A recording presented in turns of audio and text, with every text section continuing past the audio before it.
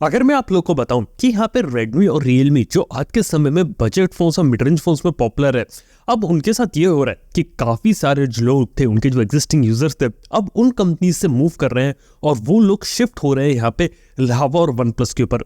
सही सुना आपने। बेसिकली कहानी यहाँ पे क्या चल रही है वो मैं आपको समझाता हूँ। हो क्या रहा है कि यहाँ पे एक स्टडी परफॉर्म करी गई थी टैकआर्क की तरफ से, और उसके अंदर 3600 यूथ से सवाल पूछा गया था कि कौन सा फोन वो यूज करते हैं और किस फोन पे अपग्रेड करेंगे। तो जो रिटेंशन साइकिल होता है ना, कि जिस फोन पे वो है और ऑलरेडी वो उसी फोन पे अपग्रेड कर रहे हैं, तो वो Redmi और Realme से ज्यादा आपको लावा और वन प्लस में देखने को मिला था। यानी कि जो काफी सारे लोग हैं अब वो ट्राई करना चाहते हैं लावा और वन प्लस को, और जो उनके ऑलरेडी एग्जिस्टिंग यूजर है वो उनसे इतने सेटिस्फाई है कि वो भी लावा और वन प्लस भी यूज करना चाहते हैं। हालांकि इस लिस्ट में लावा वन प्लस ही अकेली कंपनी नहीं है, यहाँ पे एप्पल जैसी कंपनी भी है, क्योंकि अक्सर हमें पता है कि जो लोग आईफोन यूज करते हैं वो हमेशा आईफोन पर ही अपग्रेड करते हैं। खैर, लेकिन इसी के साथ एक बात ऐड कर सकता हूँ कि लावा वन प्लस के साथ एक एग्जांपल ये कि जो वन प्लस है उसकी बात हमें समझ में आती है कि वो एक प्रीमियम ब्रांड है और इंडिया में वो एक एस्पिरेशनल ब्रांड की कैटेगरी में आता है, जहां पे जो वन प्लस के यूजर्स है वन प्लस से लेना पसंद करते हैं। प्लस उसकी कीमत थोड़ी सी ज्यादा रहती है, इसलिए थोड़ी सी वैल्यू क्रिएट करता है, थोड़ा सा प्रीमियम प्राइस पॉइंट पे आता है और लोग उसको यहाँ पे लेना पसंद करते हैं। ये वन प्लस के साथ कई सालों से था। लावा के साथ यहाँ पर बात है कि एक तो पहली बात वो इंडियन कंपनी है और धीरे धीरे मार्केट में उसने कमबैक किया है और उसने अपना 5G फोन्स का जो पोर्टफोलियो निकाला है वहां से उसे एक लीड मिली है। यहाँ तक की बात करें तो लावा ने जो ब्लेज 5G सीरीज में फोन्स निकाले थे तो उन्होंने अभी तक 3 लाख से ज्यादा यूनिट बेची है। खैर, ये काफी इंटरेस्टिंग चीज है। हालांकि यहाँ पे प्रॉब्लम एक Redmi और Realme के साथ भी है। Redmi Realme के साथ एक सबसे बड़ी प्रॉब्लम है उनके ब्रांड परसेप्शन की। आज के समय में भी देखा जाए तो जो Redmi कंपनी और जो Realme होती है ना, उसे बजट से एसोसिएट करके देखा जाता है, क्योंकि उन्होंने अपने फोन्स की जो शुरुआत करी थी वो सब 10,000 से करी थी। उसके बाद 10 से 15,000 का सेगमेंट पकड़ा, 20,000 तक भी फोन बनाया। लेकिन उन्हें प्रॉब्लम वहां आती है जब इनके फोन की कीमत 30,000 रुपए से ज्यादा निकल जाती है, क्योंकि उसके बाद वो डायरेक्टली कम्पीट करते हैं वन प्लस, एप्पल, सैमसंग, इन कंपनीज के साथ। तो वहां पे कम्पीट कर पाना बहुत मुश्किल होता है। इसलिए आज भी अगर आप देखें तो Xiaomi अपने प्रीमियम फोन्स तो निकालता है, लेकिन कीमत इतनी ज्यादा होती है और मार्केट में कितने ही लोग हैं जो उनके प्रीमियम फोन्स लेते रहेंगे।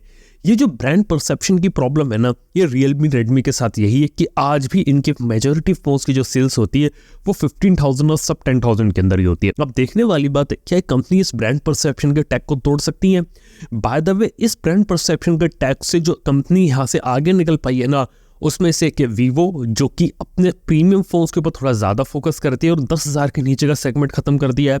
सैमसंग एक ऐसी कंपनी है जो कि मतलब मार्केट में इकलौता ऐसा ब्रांड है कि जो 15,000 रुपए में भी फोन बेच सकता है और 1.5 लाख का भी फोन बेच सकता है और लोग उसके फोन को लेना पसंद करते हैं। और ऐसा स्टेटस कोई दूसरी कंपनी अचीव नहीं कर पाई है। और हाँ, प्रीमियम में इंडिया के अंदर जो नंबर 1 चॉइस है ना आज के समय में, वो आईफोन है और आईफोन बहुत तेजी से ग्रो हो रहा है। खैर, आईफोन से एक बात आपको मैं बता सकता हूँ कि एप्पल के आईफोन 15 की लाइनअप इंडिया में बनी थी, लेकिन अब एप्पल ये चाहती है कि इंडिया में जो आईफोन बन रहा है उनका प्रोडक्शन और इंक्रीज किया जाए और इंडिया की नीड को तो फुलफिल कर रहे हैं। यानी कि इंडिया में अगर आप आईफोन 15 या 15 प्लस लोगे वो इंडिया में ही बना होगा।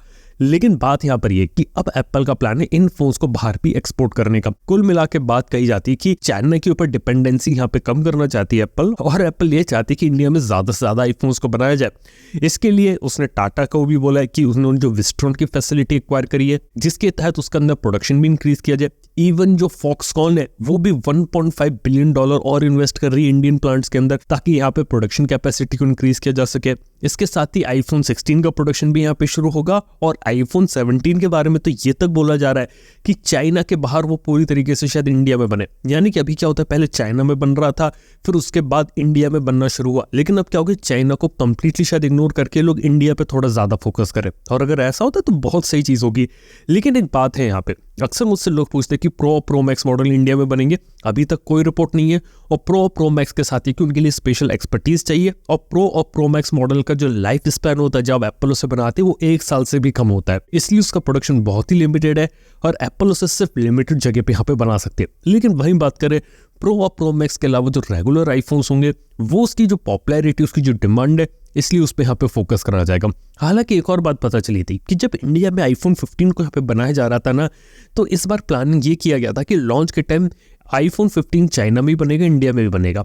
और इसके लिए उन्होंने चाइना से इंजीनियर्स को इंडिया भी बुलाया था कि इंडिया के लोगों को ट्रेन किया जा सके और इन लोग आईफोन्स को यहाँ पे बनाया जा सके। ये रेस्ट ऑफ वर्ल्ड एक पब्लिकेशन है, उसकी तरफ से रिपोर्ट आई थी और ये पता चला था। हालांकि जो एप्पल है वो भी यहाँ पे यही चाहती थी कि एक जगह डिपेंडेंसी नहीं है और बाकी जगह भी हम लोग अपने प्रोडक्ट्स को बना रखे, इसी वजह से यहाँ पे इंडिया के अंदर मूव किया गया। लेकिन बात यह कि इंडिया की कंडीशंस अलग है। चाइना के अंदर उन्हें आईफोन को बनाना बहुत आसान था, लेकिन इंडिया के अंदर आईफोन की मैन्युफैक्चरिंग करना उनके लिए काफी डिफिकल्ट था और क्वालिटी कंट्रोल सारी चीजें करना। लेकिन फिर भी एप्पल ने चीजें पुल ऑफ कर दी और एप्पल को रिजल्ट भी अच्छा मिला है, इसलिए अब और एप्पल इस चीज को और ज्यादा इन्वेस्ट करना चाहती है इसके अंदर। बस बात है कि आईफोन के अलावा अगर अपने आईपैड और मैकबुक को भी अगर ये लोग बनाने लगे वो एक बात होगी, क्योंकि अभी भी आईपैड और जो मैकबुक होते हैं ना वो अभी भी इंपोर्ट होके आते, इंडिया में नहीं बनते। और इसी के साथ ही बात करें तो गेमिंग रिलेटेड एक बहुत इंटरेस्टिंग न्यूज है। वो न्यूज यहाँ पर ये कहती है कि जो ग्रैंड थेफ्ट ऑटो है GTA, उसका जो GTA 6 होगा या फिर हो सकता है GTA सीरीज का जो नेक्स्ट गेम होगा हो सकता है उसका नाम 6 ना भी हो, वो उसका जो टीजर होता है, फर्स्ट लुक होता है,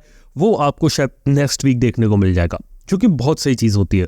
और रॉकस्टार गेम्स की तरफ से one of the most anticipated game है और एक ऐसा गेम है जिसकी यहाँ पर हाइप यहाँ पे सबसे ज्यादा है। लेकिन बात यहाँ पर सिर्फ इतनी ही नहीं है, यहाँ पे जो ग्रैंड थेफ्ट ऑटो सीरीज होती है ना, इसकी गेम्स अब नेटफ्लिक्स पे इंक्लूड करने वाला है।